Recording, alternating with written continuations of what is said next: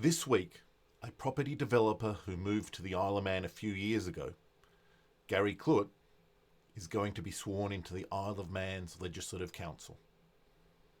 You can think of it in this context that the Legislative Council is roughly the Isle of Man's equivalent of the House of Lords.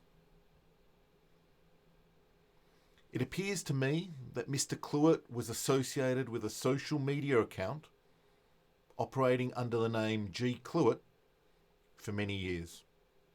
The G. Cluett account published various things related to his previous unsuccessful candidacy for the Legislative Council and to join Tynwald, his business operations, his beekeeping, and so on. Recently, the posts from this account have been removed from public view.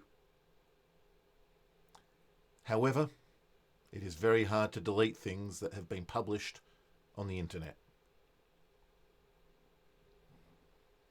Now, it is my personal opinion that the G. Cluett account has posted a number of vile and bigoted things related to antisemitism.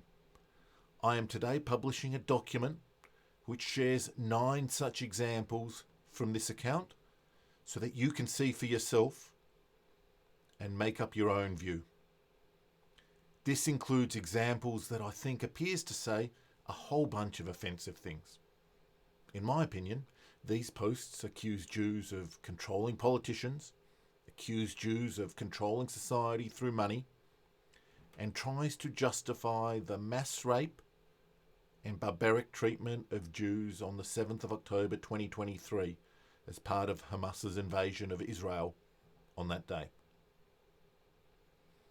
It is incredibly concerning to me that Tynwald does not appear to me to have properly investigated this issue when considering who to put in the Legislative Council. That's why I think there now needs to be a comprehensive, independent, and public investigation into this matter.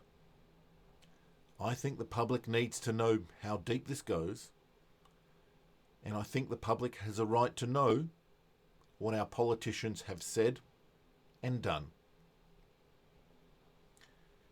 In October 2023, David Ashford, who nominated Gary Cluett to the Legislative Council, said that these tweets were concerning and that it certainly warrants further investigation. I think the people of the Isle of Man have a right to know the outcome of that 2023 investigation. Who conducted that investigation? What did they do as part of their investigation? What evidence did they uncover? Consequently, I've submitted a formal request to uncover the records of that investigation.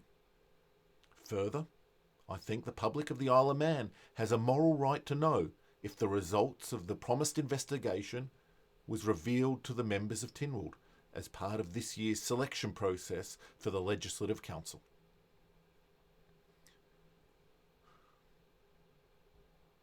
Further, there are a number of other statements that have been made publicly by the G. Cluett account after David Ashford's promised 2023 investigation. I think those further statements need to be investigated in a comprehensive, independent, and public manner. I think the public of the Isle of Man have a right to know what was said by our politicians and why these statements have now been removed from public view. Why can't the people of the Isle of Man see for themselves what our politicians have done and said?